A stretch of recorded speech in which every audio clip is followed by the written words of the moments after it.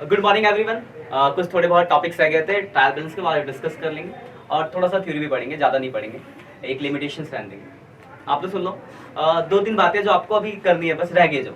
सबसे पहली चीज़, opening stock और क्लोजिंग स्टॉक। इसमें बहुत ज़्यादा बच्चे कंफ्यूज होते हैं कि इनकी ट्रीटमेंट कैसे होगी ट्रायल बैलेंस के अंदर। तो ध्यान से समझना, जो ओपनिंग स्टॉक है ये तो आपका डेबिट में आता है। अभी तो बहुत सारे क्वेश्चन में ओपनिंग स्टॉक आया होगा और आप इसको डेबिट में भेज देते थे, मतलब ट्रायल बैलेंस के डेबिट में, क्योंकि ये एसेट्स है, यही करते थे हम। लेकिन अभी तक किसी भी क्वेश्चन में क्लोजिंग स्टॉक नहीं आया। क्लोजिंग स्टॉक अगर आएगा तो क्या करेंगे? तो याद रखना, क्लोजिंग स्टॉक को हम ट्रायल बैलेंस में शो नहीं करते, मतलब closing stock not show in trial balance. अब इसके पीछे का रीजन जान लेते हैं कि क्यों हम क्लोजिंग स्टॉक को ट्रायल बैलेंस में नहीं शो करते। तो ध्यान से समझना, जो हम परचेज लिखते हैं, परचेज मतलब जो हमने सामान खरीदा, आपको पता है परचेज को हम कहाँ लिखते हैं? अगर क्वेश्चन में परचेज आ जाता है तो हम उसको लिखते हैं डेबिट में। अभी तक क्वेश्चन में अंदर आया हुआ है। तो ये जो हमारा ओपनिंग स्टॉक है, जो हम खरीद के लाए, इसी में से तो कुछ बचा होगा क्लोजिंग स्टॉक। ओपनिंग सपोज करो मेरे पास 10,000 ओपनिंग स्टॉक था, 20,000 का मैं खरीद के ले आया तो 30,000 हो गया, और एंड 25,000 मैंने बेच दिया, तो एंड में 5,000 बचा होगा ना, वही तो क्लोजिंग स्टॉक है। तो एक बार मैंने इसको परचेज में दिखा दिया, फिर अलग से मैं क्लोजिंग स्टॉक दिखाऊं तो दो बार काउंट नहीं हो जाएगा? हो गया दो बार काउंट। मतलब क्या है कि closing stock are already adjusted in purchase. मतलब क्लोजिंग स्टॉक जो ऑलरेडी इंक्लूडेड है किसके अंदर? परचेज के अंदर। इसकी परचेज से एडजस्टमेंट नहीं हुई है, इसलिए हमें क्लोजिंग स्टॉक को दिखाने की जरूरत नहीं पड़ती। यह इसके पीछे का रीजन। कोई आपसे पूछे why closing stock is not recorded in trial balance, तो आप ये आंसर दोगे कि closing stock are already included in purchase, that's why not show in trial balance. ये बात क्लियर है? तो अब ये दोनों में क्लियर हो गया कॉन्सेप्ट कि अगर ओपनिंग स्टॉक होगा तो आपको पता था डेबिट में आएगा, क्लोजिंग हुआ तो आपको दिखाने की जरूरत नहीं है। अब आते हैं कि कुछ ऐसे भी क्वेश्चन है जहां पे आपको क्लोजिंग स्टॉक दिखाना पड़ता, ओपनिंग स्टॉक दिखाने की जरूरत नहीं पड़ती, जो मैं लास्ट क्लास में थोड़ा सा बताया भी था आपको। तो उसको भी डिस्कस कर लेंगे, उसके ऊपर एक क्वेश्चन देख लेंगे। इसके ऊपर तो आपके बुक में क्वेश्चन शायद नहीं है, देख लेंगे। अगर होगा तो ज्यादा कुछ दिमाग लगाना, बस क्या होगा, ओपनिंग है तो आप जानते हो डेबिट में दिखाना है, क्लोजिंग अगर होगा तो दिखाने की जरूरत नहीं है, सिंपल है इतना ही। लेकिन एक ये फॉर्मूला आएगा एडजस्टेड परचेज का, ये शायद मैं लास्ट क्लास में आपको बताया था, तो आज देख लो, ज्यादा अच्छे से डिस्कशन हो जाएगा आपका। एडजस्टेड परचेज का एक फॉर्मूला होता है, इसका फॉर्मूला होता है opening stock plus net purchase minus closing stock. एक बात बताओ, ध्यान से देखना बात को। जैसे ही मैंने एडजस्टेड परचेज लिखा तो ओपनिंग स्टॉक तो उसके अंदर ऑलरेडी जुड़ा हुआ है ना, परचेज भी उसके अंदर ऑलरेडी जुड़ा हुआ है। तो अगर आपके क्वेश्चन में एडजस्टेड परचेज दिया हुआ है तो क्या अलग से ओपनिंग स्टॉक दिखाने की जरूरत है या क्लोजिंग स्टॉक दिखाने की जरूरत, सॉरी परचेज दिखाने की जरूरत है? नहीं, क्योंकि दोनों ऑलरेडी जुड़े हैं। अब इस केस में क्लोजिंग स्टॉक को दिखाना पड़ता है। देखो यहाँ पे क्या हुआ, क्लोजिंग स्टॉक परचेज से घट गया। हम क्लोजिंग स्टॉक क्यों नहीं दिखा रहे थे? क्योंकि क्लोजिंग स्टॉक की एडजस्टमेंट नहीं हुई होती थी, वो ऑलरेडी परचेज के अंदर ही होता था। पर जैसे ये फॉर्मूला अप्लाई हुआ तो ये फॉर्मूला अप्लाई करने का मतलब है कि आपने क्लोजिंग स्टॉक को परचेज से डिडक्ट कर दिया है। तो इसलिए अगर एडजस्टेड परचेज दिया होगा तो उस केस में आपको क्लोजिंग स्टॉक को दिखाना पड़ेगा डेबिट, ठीक है?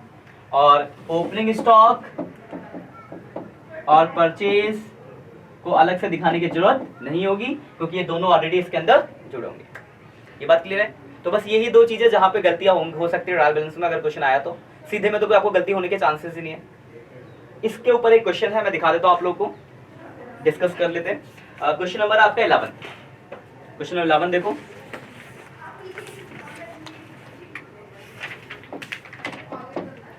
ट्रायल बैलेंस हमें बनाना है। ये मेरे पास बुक है टीएस पेपर 11th 2022 एडिशन है, पेज नंबर है 14.26। आप क्वेश्चन निकाल सकते हो, क्वेश्चन नंबर 11। जिन पे ये वाली बुक नहीं है, आपको डिस्क्रिप्शन में क्वेश्चन का लिंक मिल जाएगा, वहां से आप डाउनलोड कर लेना।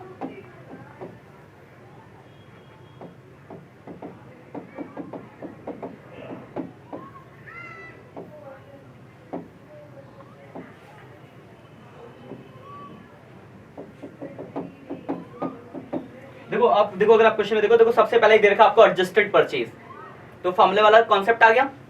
तो आप लिख दोगे एडजस्टेड परचेज को,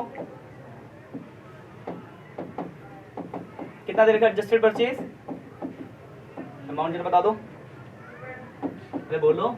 1,50,000। 1,50,000। उसके अगला क्या है? क्लोजिंग स्टॉक, देखो हमने पढ़ा है कि क्लोजिंग स्टॉक को ट्रायल बैलेंस में दिखाने की जरूरत नहीं पड़ती। अगर सिंपल क्वेश्चन होता तो आपको क्लोजिंग स्टॉक दिखाने की जरूरत नहीं होती। बट अगर एडजस्टेड परचेज दिया हुआ है, इट्स मीन कि हमने क्या कर रखा है, क्लोजिंग स्टॉक की एडजस्टमेंट कर रखी है। तो इस केस में यहाँ पे आपको क्लोजिंग स्टॉक को डेबिट में दिखाना पड़ेगा। तो क्लोजिंग स्टॉक हम यहाँ पे दिखा देंगे। कितना क्लोजिंग स्टॉक?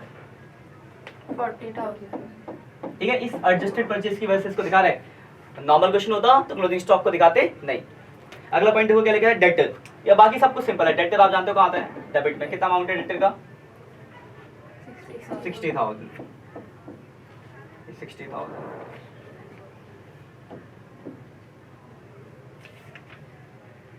60,000 का आपका डेटर है। उसके बाद अगला क्या है, क्रेडिटर्स। तो क्रेडिटर किस साइड आएगा बताओ जरा? Credit side. कितना अमाउंट है क्रेडिटर का? 30,000 आ गया। उसके बाद अगला क्या है, फिक्स एसेट्स किस साइड आना चाहिए? Debit side. कितना अमाउंट है? 50,000। उसके बाद ओपनिंग स्टॉक आएगा नहीं, ध्यान रखना। ओपनिंग स्टॉक का परचेज नहीं आएगा क्योंकि ऑलरेडी इंक्लूडेड है एडजस्टेड परचेज के अंदर।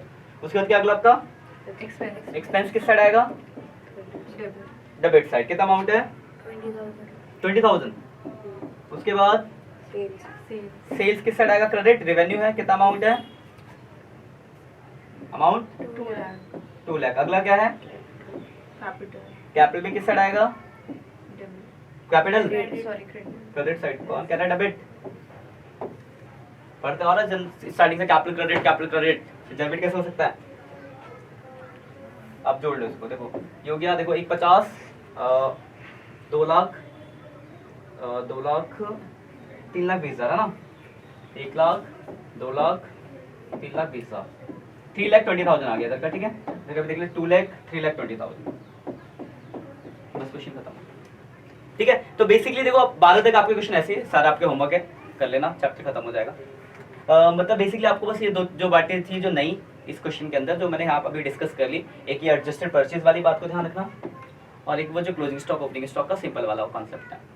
तो नॉर्मल क्वेश्चन है तो ओपनिंग स्टॉक आएगा, क्लोजिंग स्टॉक रिकॉर्ड नहीं करेंगे। रीजन जाएंगे क्यों? क्योंकि क्लोजिंग स्टॉक परचेज में जुड़ा हुआ है।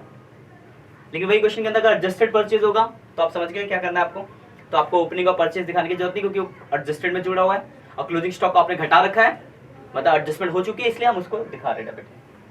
ठीक है, तो बस इतनी चीजें, बाकी सारे क्वेश्चन आपसे हो जाएंगे। अब देखो हम थ्योरी की बात करें इस चैप्टर में, थोड़ा सा थ्योरी भी देख ही लेते हैं। ज्यादा थ्योरी है नहीं, सिंपल है, और इसमें कुछ भी याद करने वाली थ्योरी नहीं है, जो हमने बेसिकली पढ़ा है उसी के ऊपर है। अगर आप निकालो पेज नंबर निकालो 14, बेसिकली देखो सबसे पहला ट्रायल बैलेंस की डेफिनेशन दी है। देखो क्या लिखा है, जो सबसे लेंगे, trial balance is a statement prepared with the debit and credit balance of the ledger account to test the arithmetical accuracy of the book. एकदम पहला पेज चैप्टर का। मतलब क्या है, यही तो है ट्रायल बैलेंस। हम क्या करते हैं, लेजर के जो बैलेंस होते हैं डेबिट और क्रेडिट जो भी बचते हैं उसको बेच के हम उससे ट्रायल बैलेंस बना देते हैं, और बनाने का पर्पस ये होता है कि हम अर्थमेटिकल एक्यूरेसी चेक कर पाए कि हमने लेजर सही बनाया नहीं बनाया। वही डेफिनेशन देखो, पढ़ के देखो, लाइन ये लिखी हुई है, मिल गई line. A trial balance is a statement prepared with the debit and credit balance of the ledger accounts to test the arithmetical accuracy of the book। तो ये तो याद रखने वाली की बात है, जनरल चीज है, क्लियर है बात। उसके बाद देखो अगले दो क्वेश्चन अगले पेज पे, एक है कैरेक्टर स्केच, दूसरा ऑब्जेक्टिव, और तीसरा लिमिटेशंस। तो जैसा मैंने आपको पहले लेक्चर में भी बताया था, पहली क्लास में, कि लिमिटेशंस अभी आपको समझ नहीं आएंगी, तो अभी हम डिस्कस ही नहीं करेंगे लिमिटेशंस को। एक चैप्टर है रेक्टिफिकेशंस ऑफ एरर, वो समझने के बाद फिर लिमिटेशंस पाएंगे। अभी मैं कराऊंगा तो एक दो लिमिटेशंस आपको समझ आ जाएगी, एक दो नहीं समझ आएगी, क्योंकि वहाँ पे एरर्स के नाम आएंगे, और एरर अभी आपने पढ़ा नहीं है, तो इसको बात के लिए लगता है क्योंकि एग्जाम तो बहुत दूर है ना। तो फिलहाल हम दो चीजें पढ़ लेते हैं, कैरेक्टर स्केच और दूसरा पढ़ लेते हैं ऑब्जेक्टिव। जो कैरेक्टर स्केच देखो क्या है, तो पहले लिखा it is a list of balance of ledger and cash book. मतलब ये है क्या, तो ये इसके अंदर जो भी लेजर का बैलेंस और कैश बुक का बैलेंस है उसको भेजा जाता है, उसका लिस्ट है। जनरल बात, इसमें याद रखने वाली बात थोड़ी है। देखो अगला क्या लिखा है, ये जो ये डबल एंट्री का पार्ट नहीं है, ये डबल एंट्री का रिजल्ट है। या तो डबल एंट्री बुक कीपिंग जो होती थी, बुक कीपिंग में हम क्या करते थे, सिर्फ रिकॉर्डिंग और क्लासिफाइंग कर देते, तो ये तो उसके आगे का काम है ना, तो ये क्या उसका रिजल्ट है। लिखा it can be prepared any date of balance the account, मतलब ये किसी भी दिन बनाया जा सकता है जिस दिन अपना अकाउंट का बैलेंस करोगे, तो किसकी कोई पर्टिकुलर डेट तो नहीं, जिस दिन अपना अकाउंट का आपका टोटलिंग करोगे उस दिन इसको बना देना। फिर क्या लिखा है, it verify the arithmetical correction of posting the entries to the journal to ledger, मतलब ये आपको वेरीफाई करता है, अर्थमेटिकल एक्यूरेसी बताता है कि आपने जनरल से जो लेजर में बैलेंस भेजा है, पोस्टिंग करी है, वो सही करी है या गलत करी है। Clear point? It is not a conclusive evidence of the accuracy of the book of the account since few errors, देखो नाम आ गए ना यहाँ पे, एरर ऑफ प्रिंसिपल, कंपनसेटिंग, ये एरर अभी आपने नाम नहीं सुने, ये नाम आपको आएंगे आगे, तो नाम जब आएंगे तो हम डिस्कस कर लेंगे। फिलहाल समझो कि ऐसा नहीं है बिल्कुल कि अगर ट्रायल बैलेंस मैच कर गया तो आपने सब कुछ सही लिखा है। नाम रहने देते भी, नाम मैं जब कराऊंगा प्रिंसिपल्स ऑफ एरर के बारे में तो हम जान लेंगे। फिलहाल हम एग्जांपल्स आपको समझाता हूँ क्यों हमने इतना, मैंने आपको बताया कि अगर ट्रायल बैलेंस मैच कर गया तो सब सही है, ये हमें पता, लेकिन ये 100% नहीं कि सही हो। जैसे एग्जांपल, सपोज करो आपने सैलरी पे करा 10,000 रुपए, ठीक है, और आपने गलती से उसकी एंट्री पास कर दी rent account debit to cash, गलत है, पर क्या ट्रायल बैलेंस मैच नहीं करेगा? मैच कर जाएगा ना। या फिर मान लो गलत अकाउंट, साइट तो ठीक है, पोस्टिंग करता है आपने सही साइड में भेजी, लेकिन अकाउंट गलत नाम से भेज दिया तो भी आपका ट्रायल बैलेंस मैच कर जाएगा। तो बहुत सारी ऐसी गलतियां होती है जो आपका ट्रायल बैलेंस मैच होने के बाद भी होती है, आपको पता नहीं चलता। मैच कर जाएगा, आपको लगेगा सही है, लेकिन गलती है। जैसे मान लो आपने 10 एंट्री पास करी, उसमें से एक एंट्री आप भूल गए, तो क्या आपका ट्रायल बैलेंस मैच नहीं करेगा? कर जाएगा मैच, क्योंकि 9 एंट्री पास करी, 9 का लेजर बना तो ट्रायल बैलेंस मैच हो जाएगा। पर क्या सही है? तो ऐसे कुछ एरर्स होते हैं, उनके नाम है, नाम हम अगले चैप्टर में देखेंगे, तो रेक्टिफिकेशन बताऊंगा। तो उन गलतियों को ये रेक्टिफाई नहीं कर पाता, तो करेक्टर्स की जगह आएगा, कोई भी 2-4 पॉइंट याद रखना, लिख दोगे, जनरल पॉइंट्स है, ठीक है। अगला इसका एडवांटेज, सॉरी ऑब्जेक्ट, हाँ भाई ऑब्जेक्टिव एडवांटेज बस एक ही बात होती है। तो देखो इसमें क्या, पहला अर्थमेटिकल एक्यूरेसी चेक कर, पहला पॉइंट आपको सिंपल है, बताने की जरूरत नहीं होगी मुझे कि क्या लिखा है, to ascertain the arithmetical correction of the ledger account, कि हम ये देख, हमारा एक पर्पस ही होता है कि हम लेजर ट्रायल बैलेंस बनाते हैं कि अगर ट्रायल बैलेंस मैच हो रहा है तो हमने सही सही भेजा अपने लेजर पोस्टिंग। दूसरा देखो क्या है, it help in preparing finance account, अभी हमने यहाँ तक पढ़ा, इसके आगे और भी काम होते हैं, तो उसमें सबसे आखिरी काम होता है फाइनल अकाउंट बनाना, एनालाइज करने से पहले वाला। आपको याद होगा जब हमने डेफिनेशन पढ़ी थी तो उसमें आया था कि हम फाइनेंशियल स्टेटमेंट प्रिपेयर करते हैं to find out the profit and loss as well as financial position of the business. तो जब वो बनाना होगा तो वहां पे जब आपके क्वेश्चन आएगा तो वहां पे आपके पास ये ट्रायल बैलेंस दिया होगा, ये दी गई होंगी, और इससे आपको तीनों अकाउंट बनाने होंगे, ट्रेडिंग, पीएनएल और बैलेंस शीट। तो क्या करता है, ये हेल्प करता है आपको क्या बनाने में, फाइनेंशियल स्टेटमेंट बनाने में। अगर लिखा है हर एक अकाउंट का समरी होता है, सीधी बात समरी तो ये कि हाँ क्लोजिंग स्टॉक का इतना है, परचेज इतना है, डेटर इतना है, हर अकाउंट का क्या ये समरी है, जिससे कहते हैं ये समरी ऑफ ईच अकाउंट। और आखिर लिखा है to help in identifying error, और ये गलतियां भी आइडेंटिफाई करने में आपकी हेल्प करता है। मतलब कभी अगर आपने करा और आपका ट्रायल बैलेंस मैच नहीं करा तो आपको लगेगा आपने कुछ गलत करा, फिर आप पीछे जाके ढूंढोगे कि आपने गलतियां क्या करी। तो ये 4 इसके एडवांटेज है, ऑब्जेक्टिव्स है। कोई दिक्कत, लिमिटेशंस हम बात क्लियर देंगे, बस 3 ही इसके अंदर थ्योरी है, डेफिनेशन, कैरेक्टर स्केच, मतलब ऑब्जेक्टिव एडवांटेज और लिमिटेशंस। तो एक लिमिटेशंस रह गई, बाकी हमने थ्योरी सारा पढ़ लिया, एक बार घर पे देख लेना जरा सा, कोई थ्योरी भी कभी कभार आ जाती है इसकी। और प्रैक्टिकल पॉइंट ऑफ व्यू से सिर्फ इतनी बातें ध्यान रखनी है, लास्ट क्लास जो हमने देखा तो ये थोड़ा सा आज नया वाला, कोई दिक्कत यहाँ तक। तो बस इतना ही, आज के लिए इतना ही, मिलते हैं नेक्स्ट सेक्शन में, तब तक के लिए